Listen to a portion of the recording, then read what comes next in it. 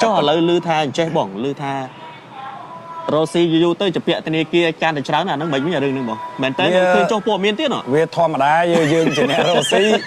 ca khát cho nên người ta để ca miên này bị phốp lốc mình miên là dương mà nè đại bom khát đi miên ốc nha mà ha sẽ thấy cho nó đại kỳ khát còn là tha cho local ca muối cứ hiên từ tour squad ca bật lấy được xong như này trong xuân ca trong tận ca lò sốc sốc nhung nó khơi đại cu mùi phun mát ta ban steam sauna nơi ta khăm mày sẽ ta khát là nó tới buồn đập mờn ta tê rồi ô rút tới tiếc ra ta xây từ kia kia thay phun mát kia mà buồn ban tôm ở chi và cam ban xa nơi đằng cao son đập hiệp trên ca đâu bay buồn hỏi tôm ô sờ bài chân là thua tới tận ca là oi na lấy cát đó là trong khối khát chiên đập mờn điện pi chén mắc cho sam thầm mờn đó pe trong khối oi phải cho mỗi cái bao cái là xây phai mới lôi cái phong tôi một cái này miền cao pro nó bao ban tính tới mưa tới là xuống lên kia đôi cha mình xây xuống đó hôn tranh máu ban trong cái mà bao này đi cho chương này anh mà chỉ bắt bị sao thay không ca cục cồn lẹ cái này restaurant hay pubนี่คือchỉ bắt bị sao thay mỗi khi trong ăn đằng tham viên lủng bạ đó thằng nào đằng đấy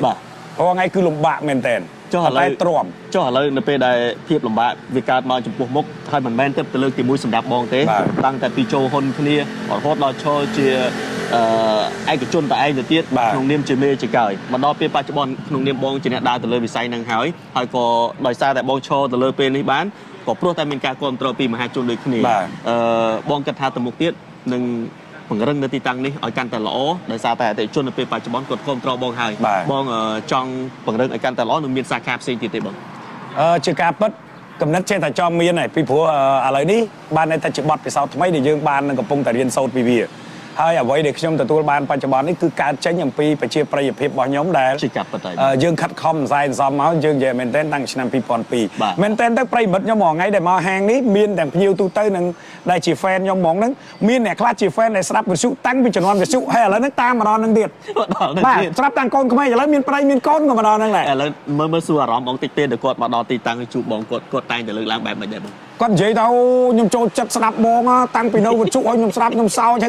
cái hiểu bảo vậy còn nhom thức ca nó hùng cha nhom sập bông hay còn anh này khác ta còn nhom đâu tu nhom lư tập pu mi nhom sập tam hay là lấy nhom miên con miên nẹt khác chân miên bập pôn nẹt khác miên đây đấy còn màu hay chứ chập ở đó người ta chẳng bán đấy ta cái squad chứ mình tiếp tại squad lấy thế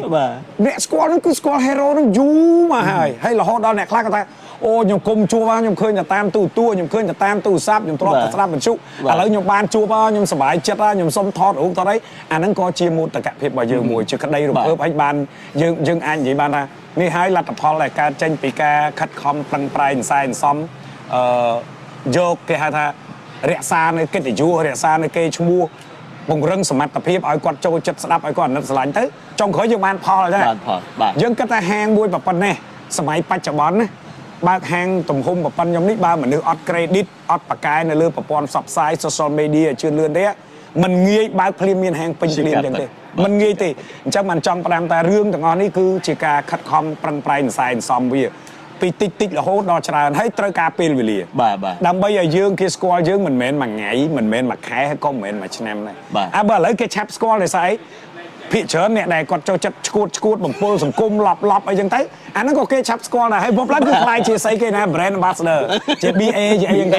ปัจจัยต่างอันพี่เหม็นจะยอมตู้ใบจีนยอมคืนเกทัวร์จังเกบานลอยรอบเมินมาขายบานลอยรอบปอนมาขายเกซัวยอมได้จะมองให้เราบอกไอ้เงินเธอโดยเกมาขายบานหอบปอนหอบเมินยังตาพี่เหม็นจะขยมคือจะขยมจังขยมไอ้เดี๋ยวยอมเมียนอุตส่าห์แล้วโดยใส่จังซัวเจ๋อะไรเป็นแต่เยี่ยเรื่องไอ้มวยตรองในขนมสังคมวิถีแต่ไปชมหนึ่งเรื่องปีตีมวยเกสอัพตีปีเกสลันจะจับเป็นเรื่องนักดานเติมคือตั้งแต่จังจะย้ายแต่จำสมัยแต่เจ้าก็ไม่มีคดีเบียร์ไหนใช่ไง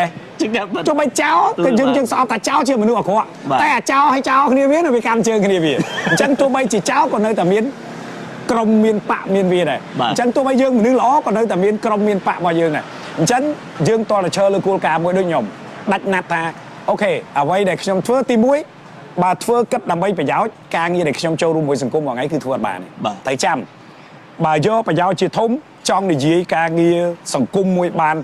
อาจแต่หมกบานตัวแต่กลมกัดปีประยาวส่วนตัวกลมกัดปีประยาวตัวครัวปีกัดการอะไรยังทัวร์นั่งบานในตาทัวร์โดยสลายเมียนเป้แล้วก็ทัวร์ได้จวบหัวซีจวบจังทัวร์มาได้ให้เธอไปชมตีปีบาเยื่อจีเนโรซี่ให้โดยย้อม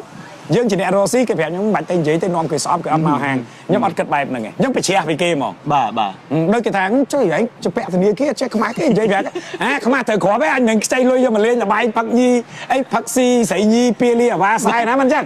មិនទៅជក់គ្រឿងញៀនលេងលបាយស៊ីសងណាអញយកមករស់ស៊ីឲ្យវាខាតឯទៅធ្វើម៉េចក៏ទៅជំពាក់គេថាជំពាក់លុយគិតអត់យល់ថាហេតុអីទៅខ្វះគេលុះត្រាតែយើងយកលុយហ្នឹងមកដើរចាយស៊ីផឹកស៊ីហឺហាលេងលបែងស្រីញីគ្រឿងញៀនអីចឹងទៅអស់ទៅអាហ្នឹងខ្វះគេពួនទៅចុះនេះយកមករស់ស៊ីធនាគារស្ដឹងហើយចាំតែធនាគារមុននឹងឲ្យយើងខ្ចីគេទៅត្រូវសិក្សាមុខរបរយើងនោះមិនចឹងឥឡូវសិចឯងទៅខ្ចីគេ100000មកគេឲ្យនេះស្បែកនេះ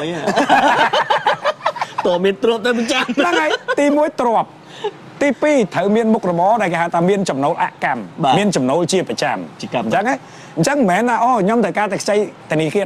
100000ស្រាប់ធនាគារហៅខ្ញុំទៅប្រត់មេដៃយកលុយគេទៅសិក្សាដីខ្ញុំតែដីខ្ញុំមុននឹងធនាគារឲ្យខ្ចី100000ត្រូវដីនឹងលក់បានមែនមុននឹងគេបន្តឲ្យខ្ចីខ្ញុំរហូតដល់កន្លះលានរហូតដល់ចុងក្រោយឥឡូវនៅសល់តែ30000បានយើងសូមគេបានបន្តអញ្ចឹងគេវាយតម្លៃទៅលើអចលនៈទ្រព្យយើងទី1ទី2គេមើលទៅលើរបរយើងតែរបរយើងចំណូលប្រចាំថ្ងៃមួយថ្ងៃបានប្រមាណគុណជាខែបានមួយខែប្រមាណអញ្ចឹងអាចបង់ត្រឡប់ទៅធនាគារវិញបានអត់ហើយរឿងអីត្រូវខ្មាស់គេចុះពួកអាស្បែកដែលឌីលខ្ញុំសិនអីណានៃអូចេះមួយចេះពីរហ្នឹងស្បែកហ្នឹងឲ្យវាទៅខ្ចីធនាគារតែ100000បើឲ្យខ្ញុំកោមកជិះក្បាលបាញ់ណាំច្រេះរត់ជុំវិញសាទូលពុក3ជុំអញ្ចឹងហើយនេះបានថាគេឲ្យខ្ចីយើងមានទំនួលខុសត្រូវទៅបាទបើពេលខ្ញុំអត់លុយបង់ធ្វើម៉េចទីមិនស៊ីបាយនឹងតែញឹកដែរតែខ្ញុំនៅផ្ទះចំណាយខ្ញុំអត់នៅអញ្ចឹងចំណាយតែអត់លើកគេដឹងតែម៉ោងខ្ញុំមកហាងហ្នឹងគេមកអង្គុយផឹកតែចាំដឹងទីតាំងយកលុយនិយាយមែនណាកូនចៅខ្ញុំមុនដំបូងខ្ញុំប្រាប់នៅហាងខ្ញុំប្រាប់កូនចៅហ៎ពួកឯងរងថ្ងៃពួកកូនចៅខ្ញុំមិនដែលចាត់ទុកគាត់ជាកូនចៅជាអីខ្ញុំតែងតែទុកគាត់ដូចជាសមាជិកគ្រួសារខ្ញុំហៅតែកូនកូននេះពួកឯងមើលអាកូនកូននេះមើលធនាគារគេមកទាលុយហ៎គេហើយពួកឯងអត់បងជួយធ្វើការបានលុយណាបងធនាគារអញ្ចឹងអាហ្នឹងគឺជារឿងពិតបាទចឹងបានថាប្រិមិត្តកាន់តែជជែកកាន់តែវែងឆ្ងាយឥឡូវសូមបងចុងក្រោយបន្តិចចុះដោយសារតែការគ្រប់គ្រងពីមហាជនមកលើបងមានច្រើនមិនអាចគណនាបានទេសម្រាប់បងផ្ទាល់ក្នុងនាមជាមនុស្សមហាជនមួយរូបតាំងតែពី DJ ពិធីករវិទ្យុរហូតដល់ទូរទស្សន៍ហើយនៅក្នុងយុគសម័យនៅពេលបច្ចុប្បន្ន Digital នៅតែបងប្អូនព្យាយាមតាមរកលោក Hero តាមរយៈ Page Channel ផ្ទាល់ខ្លួនទៅទៀតបងមានពាក្យពេចន៍អីចុងក្រោយក្នុងការថ្លែងអំណរគុណនិងអរគុណដល់ពួកគាត់ដែលតែងតែគ្រប់គ្រងនិងរក business របស់បងគាត់តែងតែគ្រប់គ្រងជាបន្តបន្ទាប់ជាពិសេសផាប់ដែលទើបតែបើកថ្មីនេះក៏មកពេញទៅទៀតបងមានអីជាការអរគុណពួកគាត់ចុងក្រោយបងបាទជាចុងក្រោយមានតែម្រាមដៃ10គ្រប់ថ្លែងអំណរគុណលោកតាលោកយាយលោកពូនិមិញអ៊ំប្រុសអ៊ំស្រីពុកម៉ែបងប្អូនទាំងអស់ដែលតែងតែគ្រប់គ្រងហើយអ្នកដែលគាត់ស្រឡាញ់ក៏ច្រើនអ្នកស្អប់ក៏មិនតិចដែរព្រោះកាលណាមនុស្សយើងឈរនៅលើគោលការណ៍មួយនិយាយការពិតនិយាយរឿងត្រង់គឺវាអាចប៉ះពាល់ប្រយោជន៍គេហើយយើងត្រូវទទួលស្គាល់ទៅបើកាលណាយើងនិយាយប៉ះឆ្នាំងបាយគេគឺគេខឹងយើងក៏ដូចគ្នាដែរប៉ុន្តែយើងត្រូវប្រកាន់គោលចំហមួយធ្វើម៉េចក៏ដោយការនិយាយរបស់យើងត្រូវមានឯកសារត្រូវមានភ័ស្តុតាងសម្អាងការពិតមិនមែនជាការមូលបកាច់ទេការដែលយើងនិយាយក្នុងន័យទូទៅនោះគឺរិះគន់ក្នុងន័យស្ថាបនាទេអ្វីដែលយើងនិយាយកន្លងមកគាត់តែងតែយល់ច្រឡំអ្នកដែលមិនយល់គាត់ថាស្អីបន្តិចចាំតែទើសចាំតែជន់ប៉លិចក្តិចទួយពាក្យចាស់យើងណាតែបើគាត់យល់ពីន័យហើយគាត់ព្យាយាមសិក្សាបន្តិចអ្វីដែលយើងនិយាយគាត់ត្រូវត្រឡប់ក្រោយទៅគិតថាហេតុអីវានិយាយអញ្ចឹងតើអានឹងការពិតវាមិនទាញហេតុហើយនឹងផលយកមកពិចារណាបន្តិចគាត់នឹងយល់ហើយគាត់នឹងយល់ពីវត្ថុបំណងយើងថាហេតុអីយើងជាមនុស្សដែលធ្វើការរកស៊ីយើងដឹងហើយតែមនុស្សយើងបើកមុខរបររកស៊ីច្រើនតែងតែចង់បានអតិថិជនគ្រប់មជ្ឈដ្ឋានមិនថាអញ្ចឹងតែកាលណាយើងនិយាយការពិតអ្នកដែលស្អប់យើងអ្នកដែលប៉ះពាល់ផលប្រយោជន៍យើងប៉ះពាល់ផលប្រយោជន៍គេនឹងមិនមកគ្រប់គ្រងយើងទេតែបើយើងអាឡ័យគិតខ្វល់តែពីចំណុចហ្នឹងយើងនឹងមិនអាចធ្វើកិច្ចការមួយនឹងបានអញ្ចឹងដើម្បីដើរលើផ្លូវនឹងបានតោះតែដូចខ្ញុំអញ្ចឹងដាក់ណាត់មួយថាអូខេយើងមានមុខរបររកស៊ីហើយអញ្ចឹងបើគេស្រឡាញ់យើងគេយល់ហេតុហើយនឹងផលទស្សនៈរបស់យើងក្នុងការលើកឡើងដើម្បីការស្ថាបនាមួយឲ្យមានភាពរីកចម្រើននិងដើម្បីប្រយោជន៍រួមគេនឹងយល់គេរឹតតែគ្រប់គ្រងយើងទៀតដល់តែការប៉ັດខ្ញុំពិសោធន៍មើលទៅខ្ញុំឃើញថាសម័យនេះអ្នកដែលគេមានការយល់ដឹងច្រើនឆ្លងតាមបទពិសោធន៍ដែលខ្ញុំបានអនុវត្តកន្លងមករហូតមកដល់បច្ចុប្បន្នបានខ្ញុំដឹងថា10នាក់អ្នកដែលមកហាងខ្ញុំ9នាក់អ្នកដែលគាត់ចូលចិត្តការលើកឡើងរបស់យើង1 2ដែលគាត់មិនពេញចិត្តប៉ុន្តែ មិនយូរមិនឆាប់នៅពេលដែលគាត់មកជួបយើងផ្ទាល់មកអីគាត់នឹងយល់បេះដូងយើងយល់ពីសកម្មភាពយើងយល់អំពីការប្រស្រ័យតាក់ទងយើងផ្ទាល់គាត់ត្រឡប់មកស្រឡាញ់យើងវិញក៏មានហើយរឿងហ្នឹងគឺត្រឡប់ជួបហើយអ្នកខ្លះគាត់ឆាតមកខ្ញុំផ្ទាល់មកបងអើយខ្ញុំធ្លាប់តែស្អប់បងឯងពីមុនខ្ញុំអត់ចូលចិត្តបងឯងទេមានអញ្ចឹងទៀតបងមានរឿងពិតស្បាត់បាទជើងជន់ដីក្បាលក្រោមមេឃគឺគាត់ត្រឡប់គាត់និយាយថាបងអើយពីមុនខ្ញុំស្អប់បងឯងដល់តែពេលខ្ញុំឃើញសកម្មភាពបងឯងក្នុងសង្គមការពិតបងឯងអត់មានស្អប់បុគ្គលណាម្នាក់ប្រកាន់បពពួកខណាទោះបីបុគ្គលនឹងនៅក្នុងបកណាក៏ដោយបើឃើញគេល្អតសើបើឃើញគេខុសស្ថាបនាបាទអញ្ចឹងចុងក្រោយគាត់ត្រឡប់អាការគិតគាត់មកគ្រប់គ្រងយើងអានេះហើយក៏ជាផលមួយដែរតែត្រូវតែហ៊ានប្រឈមនឹងការប៉ុន្តែបើយើងជាអ្នករស់ស៊ីហើយចូលការងារសង្គមត្រូវតែប្រឈមការប៉ັດមួយហើយការងារសង្គមខ្ញុំមិនមែនត្រឹមតែជួយសង្គមដោយរងថ្ងៃយើងចាំក្លឹបកីឡាករជាង10ក្លឹបរយៈពេល2ឆ្នាំមកហើយបាទអញ្ចឹងក្នុងមួយខែអង្គតាមក្លឹបខ្លះទៅក៏150គីឡូខ្លះទៅក៏100គីឡូខ្លះទៅក៏50គីឡូតាមតិចតាមច្រើនទាំងអស់ហ្នឹងវាបានមកពីការរកចំណូលរបស់យើងបានមកពីសប្បុរសជនអ្នកដែលគ្រប់គ្រងយើងគាត់ស្រឡាញ់ចូលរួមមកយើងជួយទៅគេអ្នកខ្វះខាតពិតប្រាកដបាទហើយការងារមួយទៀតគឺយើងមុខរបររស់ស៊ីបើកាលណាយើងហ៊ាននិយាយហើយត្រូវហ៊ានទទួលការប៉ុន្តែយើងនឹងប្រឈមការបាត់បង់អតិថិជនមួយប្រភេទគឺអ្នកស្អប់យើងហ្នឹងបាទអញ្ចឹងត្រឡប់មកដល់វគ្គចុងក្រោយនេះមានតែការថ្លែងអំណរគុណទៅដល់សប្បុរសជនទាំងអស់ដែលតែងតែគាំទ្រទាំងមូលនិធិរបស់ខ្ញុំមហាគ្រួសារគុណខ្មែរកន្លងមករហូតដល់បច្ចុប្បន្នហើយឥឡូវនេះគឺនៅតែបន្តបាទរៀងរាល់ខែហ្នឹងគឺអង្គមួយតោនចែកជូនជាង10ក្លឹបនឹងរៀងរាល់ខែអញ្ចឹងក៏អរគុណដល់សប្បុរសជនក៏ដូចជាបាទមហាជនទាំងអស់ដែលតែងតែគាំទ្រមិនថាខ្ញុំទៅកន្លែងណាមកកន្លែងណាគឺទទួលបានការគាំទ្រខ្ញុំពិតជាសប្បាយចិត្តហើយក៏មានតែពាក្យថាថ្លែងអំណរគុណហើយនឹងជូនពរសូមឲ្យបងប្អូនយើងរួបរวมសាមគ្គីគ្នាស្រឡាញ់គ្នាហើយចូលរួមដើម្បីឲ្យប្រទេសជាតិរបស់យើងរីកចម្រើននិងរុងរឿងទាំងអស់គ្នាបាទអរគុណច្រើនមែនទែនប្រិមត្តទស្សនិកជនថ្ងៃនេះប្លែកអារម្មណ៍តិចដោយសារតែអាចនិយាយបានថាជួបរៀមច្បងជាលោកគ្រូជាបងប្អូនថ្ងៃក្រោយមកមានរឿងច្រើនទៀតសភាវីដេអូពីនេះពីនោះមកច្រើនទៀតសបាយក៏មានការទុកក៏មានប៉ុន្តែឥឡូវនេះបើប្រើពេលនិយាយនឹងម៉ាននឹងដល់វាដល់សាយក៏ដល់ចប់ដែរចឹងសង្ខេបទៅអរគុណជាអរគុណបង DJ Hero សម្រាប់ការផ្ដល់ជូនកិច្ចសម្ភារ